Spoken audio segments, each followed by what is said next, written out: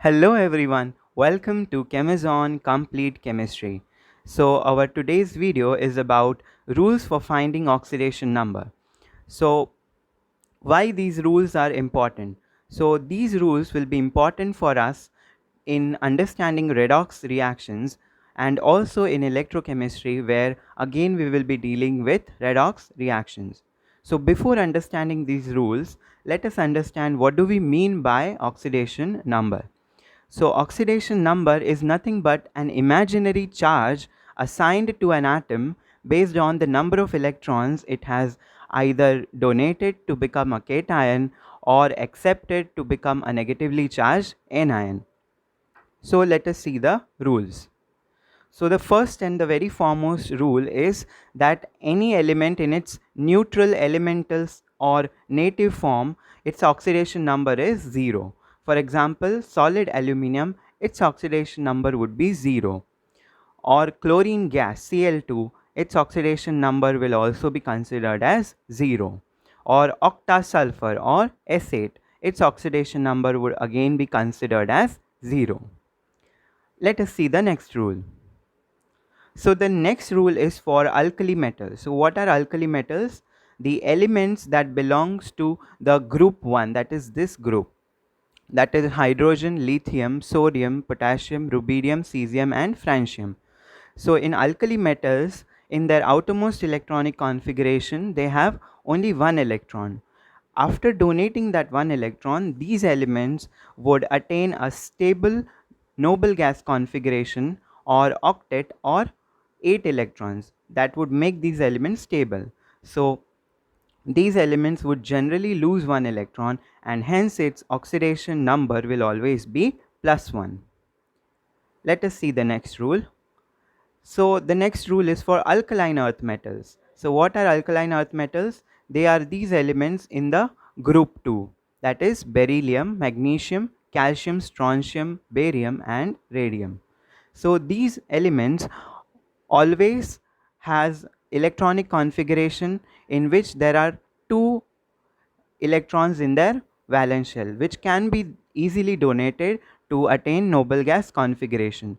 So these elements always have an oxidation number of +2 as they can donate 2 electrons and attain noble gas configuration.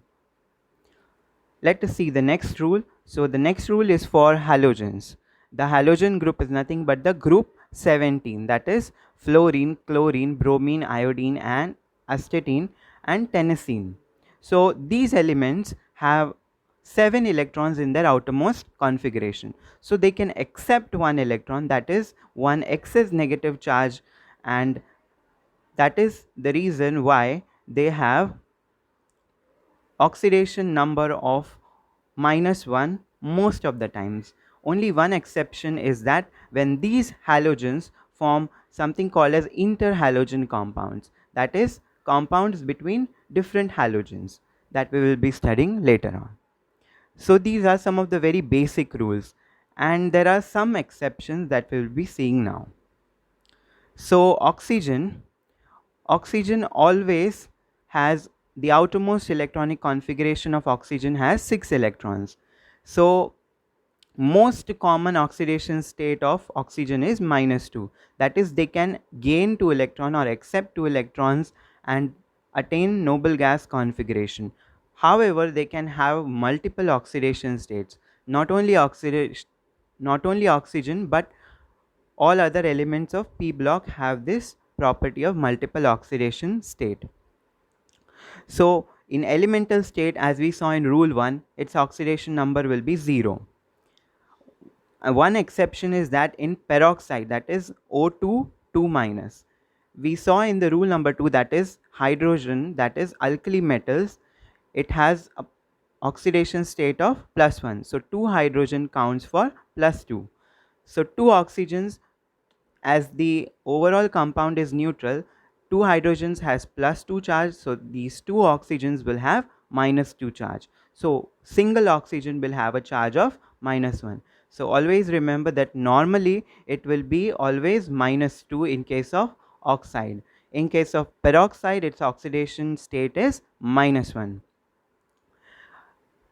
Assume that if oxygen is attached to an electronegative atom like fluorine, then two fluorines counts for -2, and then two oxygens will have an oxidation state of +2. So one oxygen will be having +1. There is one more exception to this, is superoxide. So KO2 is called as potassium superoxide. In this, we know the oxidation state of potassium, that is an alkali metal which is +1.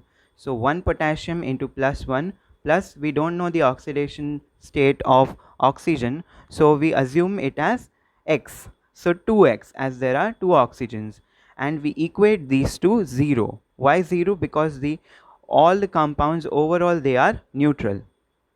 So we equate it to 0.